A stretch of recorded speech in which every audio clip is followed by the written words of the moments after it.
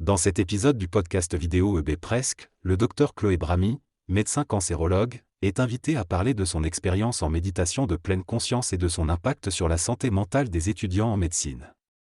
Le docteur Bramy a découvert la méditation lors d'un séjour aux États-Unis, où elle a eu l'occasion de méditer avec des patients atteints de cancer. Cela l'a amené à vouloir approfondir ses connaissances sur la pleine conscience et son utilité dans les soins. De retour en France, elle s'est formée en tant qu'enseignante de méditation et a pu mettre en place des séances de méditation à l'université pour les étudiants en médecine. Ces séances ont fait l'objet d'une thèse qui explore l'impact de la méditation de pleine conscience sur la santé mentale des étudiants. Le concept de pensée négative est remis en question, soulignant que toutes les émotions sont importantes et qu'il est nécessaire d'apprendre à les réguler.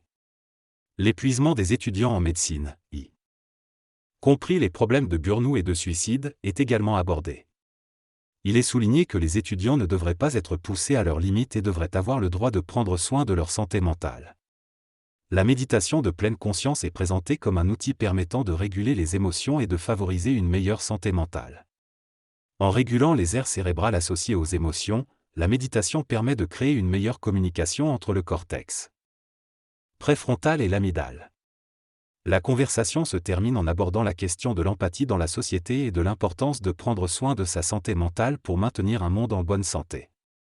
Enfin, le podcast est sponsorisé par Doctolib, une plateforme permettant de prendre des rendez-vous médicaux en ligne, ainsi que d'autres outils de gestion pour les professionnels de santé. L'auteur aborde le thème de l'empathie et des compétences émotionnelles dans le contexte de la santé mentale. Il explique que l'empathie est la capacité de ressentir et de comprendre les émotions de l'autre sans s'identifier à lui. Il souligne l'importance de la dimension affective de l'empathie dans le domaine médical. Les compétences émotionnelles font référence à la capacité de comprendre et de gérer ses propres émotions. L'auteur explique que ces deux aspects sont essentiels pour comprendre notre santé mentale. Il explique également qu'il existe différentes définitions de l'empathie, mais que la définition de Carl Rogers, qui met l'accent sur la perception précise du cadre de référence interne d'une personne, est particulièrement intéressante. Finalement, il évoque les 4 composantes de l'empathie, à savoir l'empathie cognitive, affective, comportementale et le souci empathique. La méditation peut aider à réguler les émotions et à développer l'empathie adaptée. Elle permet de prendre conscience de ses ressentis et de mettre des mots dessus. Elle ne consiste pas à penser à rien, mais à observer ses pensées sans s'y attacher. Les compétences émotionnelles, telles que l'identification, la compréhension et la régulation des émotions, sont essentielles pour pratiquer l'empathie adaptée. Un excès d'empathie peut conduire à l'épuisement professionnel, tandis qu'un manque d'empathie peut être préjudiciable aux relations.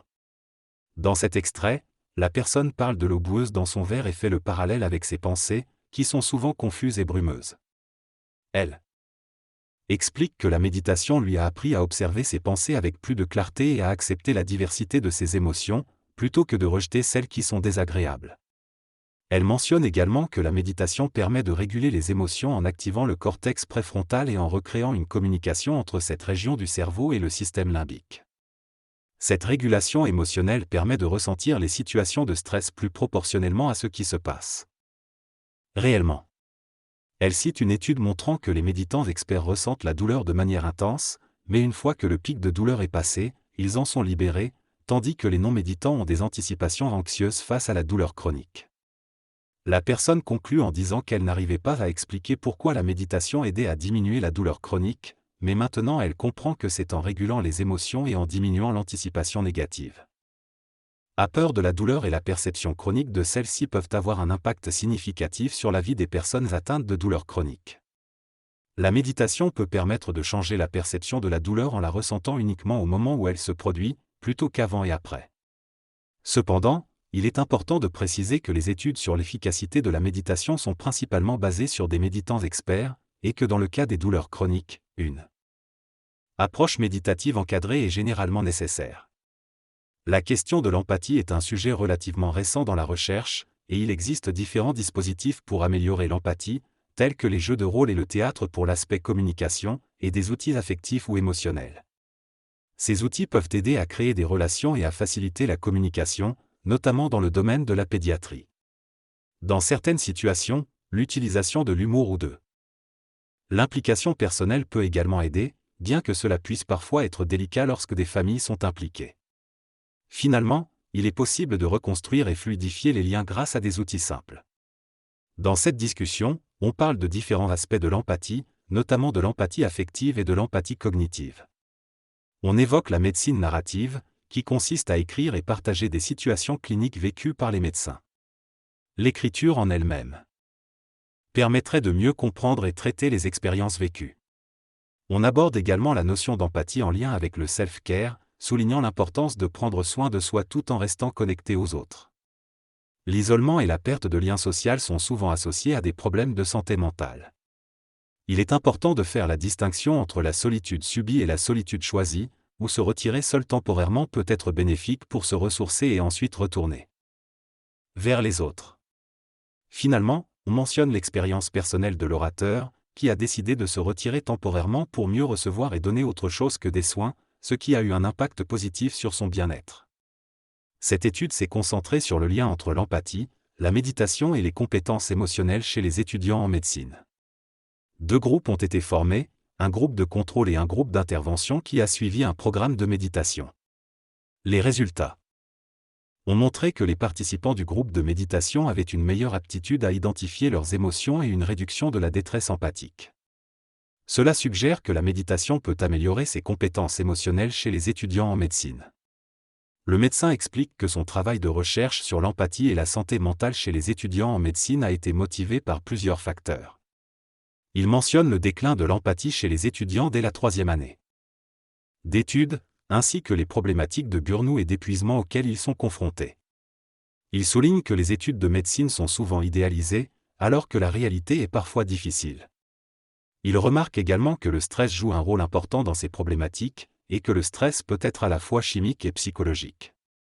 Il constate qu'il existe une corrélation entre l'empathie et la santé mentale, notamment en cas de déficit d'empathie ou de mauvaise santé mentale. Il partage une expérience personnelle où il a ressenti un manque d'empathie en raison de sa frustration face à des patients mal diagnostiqués. Il affirme que ce manque d'empathie peut conduire à une relation technique avec les patients, accentuant ainsi les problèmes de santé mentale. Il conclut en soulignant l'importance de prendre conscience de cette diminution de l'empathie et de la prévenir. En réalité, il m'a ignoré et a seulement fait ce qu'il avait à faire. Je n'ai pas compris. Pourquoi ? Finalement, nous aussi sommes victimes d'un système compliqué en tant que soignants. Si un soignant ne se sent pas bien et est affecté par cette détresse empathique, cela peut avoir un impact sur la qualité des soins qu'il prodigue. En effet, une étude de Panagiotti en 2018 montre que cela peut entraîner une diminution de la sécurité des soins avec un risque accru d'erreur. De plus, la satisfaction des patients est également affectée lorsque l'écoute n'est pas présente. Le manque d'empathie dans la société peut s'expliquer par plusieurs raisons, dont la souffrance générale et le manque de lien social. On observe une augmentation de la souffrance et de la détresse empathique, créant ainsi un cercle vicieux. Il est conseillé à ceux qui ne vont pas bien de consulter un psychiatre. Pour résoudre ce problème, il est nécessaire de mettre en place des mesures individuelles et collectives pour soutenir l'empathie, le sens et la santé mentale. Il est donc important de réfléchir à ce que signifie réellement la santé aujourd'hui et de prendre des mesures en conséquence. Dans cette discussion, il est mentionné que la rupture du lien empathique peut avoir un impact négatif sur notre bien-être. Il est conseillé de ne pas rester isolé et de consulter un professionnel de santé si l'on se sent mal. Il est important d'identifier ses émotions et la méditation peut aider dans ce processus. Le travail avec des psychologues et des psychiatres permet également de mieux comprendre ces états émotionnels et de se rappeler que l'on n'est pas seul. Même en tant que professionnel de santé, il est normal d'avoir des hauts et des bas émotionnels. Il est donc important de construire des moments positifs pour pouvoir traverser les moments difficiles. En conclusion, il est recommandé de chercher du soutien en période de difficulté et d'accepter que cela peut prendre du temps pour s'en sortir.